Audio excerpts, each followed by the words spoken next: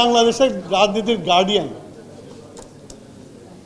উনি বিএনপির মূল যেটা ছিল প্রেসিডেন্সিয়াল ফর্ম অফ গভর্নমেন্ট, উনি জাতির চাহিদা বুঝতে পেরে উনি ওটা পার্লামেন্টারি ফর্ম অফ গভর্নমেন্ট করেছিলেন।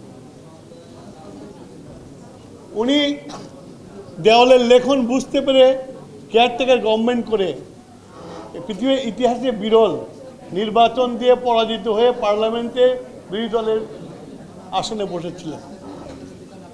সুতরাং বিবর্তনের সাথে সাথে যদি রিফর্মেশন না আসে তাহলে কোনো সরকার টিকতে পারে না। ওইটা তো চলে গেছে।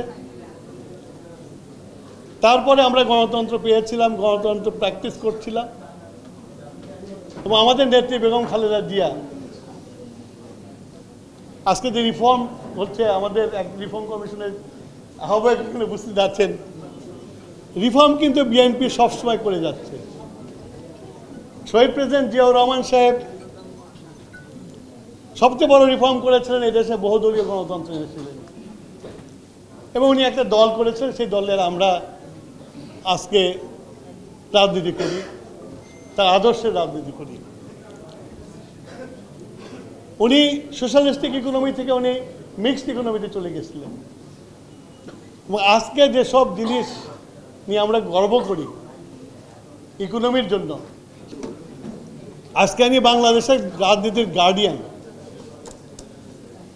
উনি বিএনপির মূল যেটা ছিল প্রেসিডেন্সিয়াল ফর্ম অফ গভর্নমেন্ট, উনি জাতির চাহিদা বুঝতে পেরে উনি ওটা পার্লামেন্টারি ফর্ম অফ গভর্নমেন্ট করেছিলেন।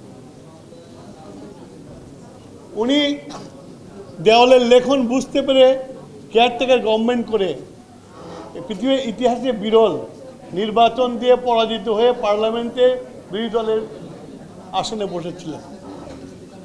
সুতরাং বিবর্তনের সাথে সাথে যদি রিফর্মেশন না আসে তাহলে কোনো সরকার টিকতে পারে না, দেশেরও মঙ্গল আসে না। তো আজকে আমার কাছে অবাক লাগে, এখানে অনেকেই আমরা যারা আছি মুক্তিযুদ্ধের সময় আমরা যারা সম্পৃক্ত ছিলাম, আমাদের এই যে গণ অভ্যুত্থান, এই যে জনগণের রক্ত দিয়েছে, নিশ্চয়ই আমাদের স্বাধীনতা যুদ্ধের যে ন্যারেশন চেঞ্জ করার জন্য দেয় নাই। এখন যখন শুনি, সোশ্যাল মিডিয়াতে দেখি যে একটা ভুল বোঝাবুঝির জন্য পাকিস্তান ভেঙে গেছিল, একটা ভুল বোঝাবুঝির জন্য পাকিস্তান ভাঙে নাই। পাকিস্তান ভেঙেছিল বৈষম্যের জন্য এবং বাঙালিকে তাদের থেকে নিম্ন স্তরের জাতি হিসাবে গণ্য করার জন্য। এবং আমার চেয়ে অনেকে বেশি জানে না, কারণ আমি পাকিস্তানে বসবাস করেছি, আমি দেখেছি ওদের অ্যাটিটিউড আমাদের বাঙালিদের প্রতি।